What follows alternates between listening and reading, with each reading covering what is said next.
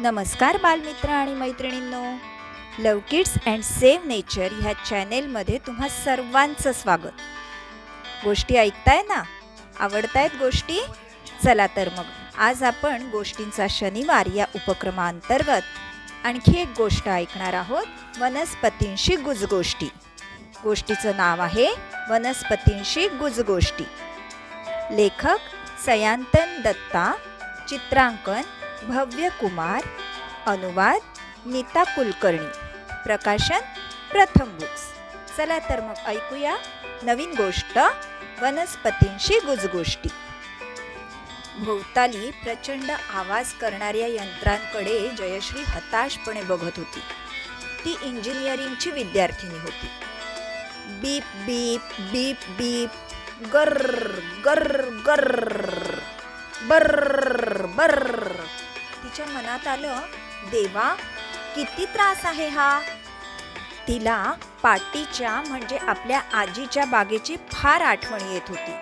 त्या बागेत पक्षी होते, झाडं होती, वनस्पती होत्या, हिरवळ होती आणि सगळ्यात छान गोष्ट म्हणजे त्या बागेत त्रिनी होता, तिचा सर्वात लाडका मित्र. त्रिनी, शमीचं झाड. त्रिनीच्या फांद्या कशा बाहूसारख्या पसरलेल्या होत्या. त्यावर चढून ती मनसोक्त खेळत असे आणि झोपीही जात असे. अखेर जयश्रीने आपल्या वडिलांना फोन केला. डॅडी, मला झाडांचा अभ्यास करायचा आहे. छे, काहीही काय?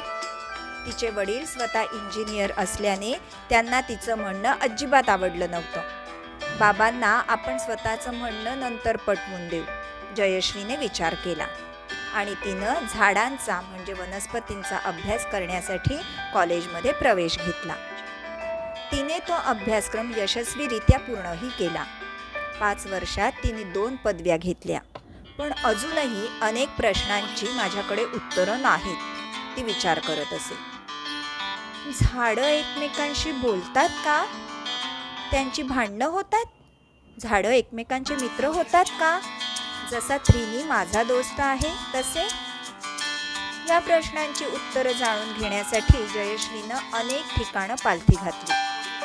नवी दिल्लीहून ती न्यूयॉर्कला गेली. तिथून हात हलवत परत नवी दिल्लीला आली. दुर्दैवाने तिला या प्रश्नांची उत्तरं जगात अन्यत्र कुठेच मिळाली नाहीत. अखेर फ्रान्सला गेल्यावर तिच्या कानावर एक गोष्ट पडली. एकटं लावलेलं एक मोहरीचं रोप एकाकीपणाच्या तणावाखाली नीट वाढत नव्हतं. खूप जास्त किंवा कमी तापमान त्याला सोसायचं नाही. अगदी प्रखर किंवा अगदी कमी सूर्यप्रकाश दोन्हीचा वाईट परिणाम त्याच्यावर व्हायचा. मातीमध्ये वाळूचं प्रमाण जास्ती झालं तरी ते लहानसं रोप कोमेजून जायचं. पण जेव्हा त्या रोपाशेजारी आणखी एक मोहरीचं रोप लावलं तेव्हा त्याला मित्र मिळाला. दोघे मित्र छान उंच, हिरवेगार आणि निरोगीपणे मोठे झाले. दोन्ही मोहरीची रोपं एकमेकांना मदत करत होती. एकटी ठेवलेली असताना ती अगदी कोमेजलेली असायची, पण एकमेकांबरोबर मात्र छान ताकदीने मोठी झाली. या दोघांनी एकमेकांना मदत केली, अगदी तशीच त्रिनी लहान पक्षी आणि खारींना मदत करायचा. या 2 झाडांनी जसं एकमेकांचं रक्षण केलं तसंच अत्यंत तीव्र सूर्यप्रकाशापासून त्रिनी ही लहान झाडांना सावली देऊन त्यांचं रक्षण करायचा.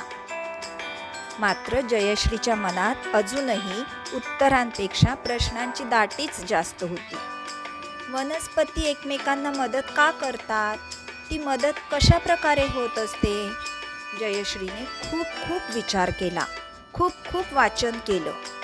ती अनेक बऱ्या वाईट स्वभावाच्या लोकांशी बोलली, पण कुणाकडेच याची उत्तरं नव्हती. सुदैवानं मोहरीच्या रोपांसोबत काम करणं ही तिच्यासाठी आनंदाची गोष्ट होती.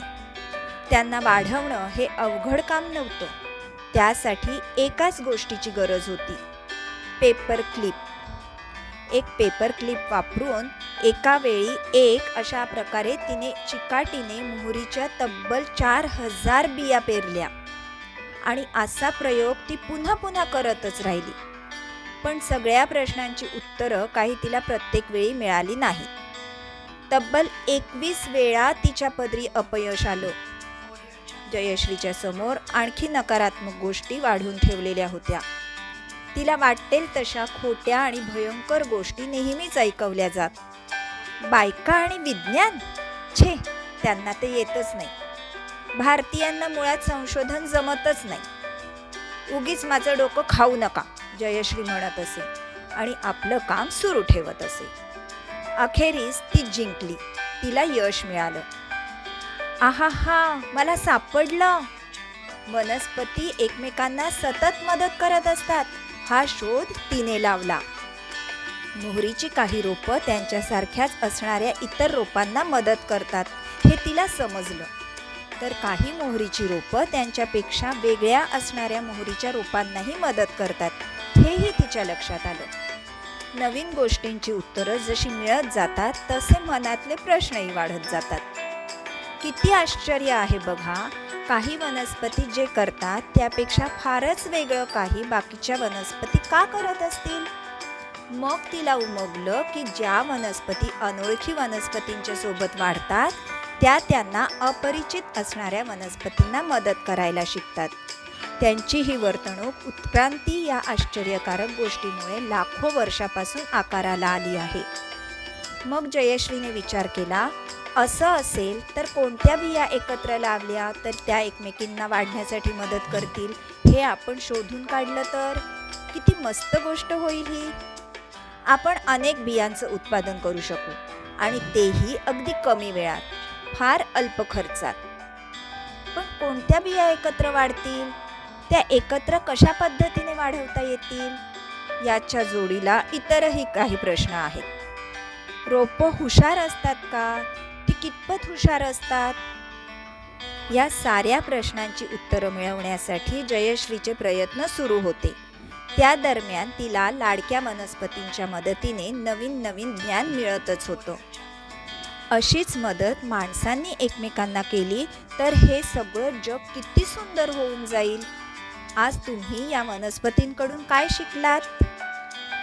तुम्हाला एच. जयश्री सुब्रमण्यम माहीत आहेत का? अगदी लहान असल्यापासूनच डॉक्टर एच. जयश्री सुब्रमण्यम यांना झाडं व वनस्पतींविषयी फार प्रेम आहे. वनस्पतीशास्त्र शिकण्यासाठी त्यांनी आपलं इंजिनिअरिंगचं शिक्षण मध्येच सोडून दिलं आणि BSc आणि MSc या पदव्या संपादन केल्या.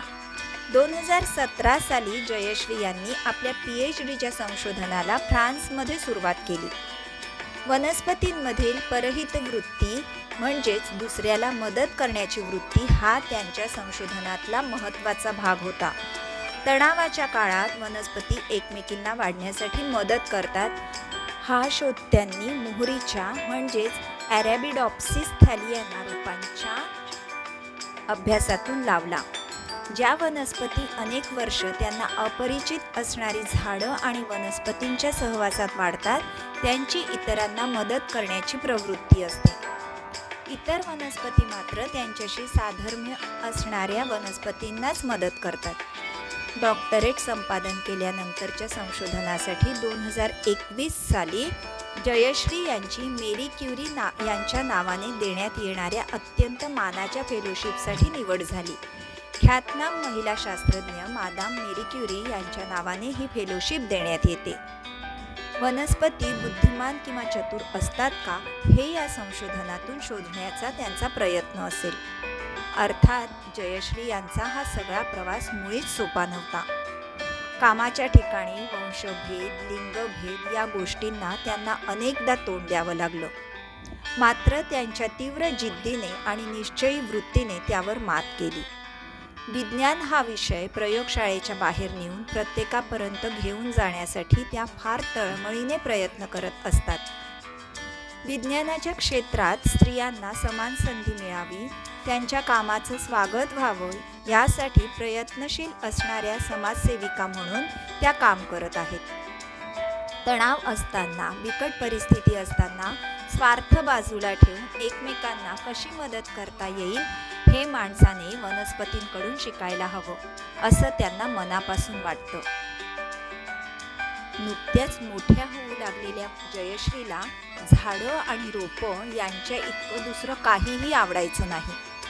मग वनस्पतींना समजून घेण्यासाठी आपलं सगळं आयुष्य तिनं त्याच आभासाला वाहून घ्यायचं ठरवलं.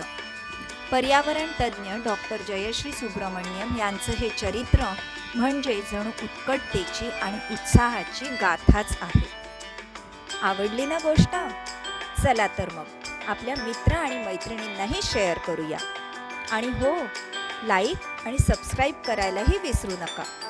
धन्यवाद.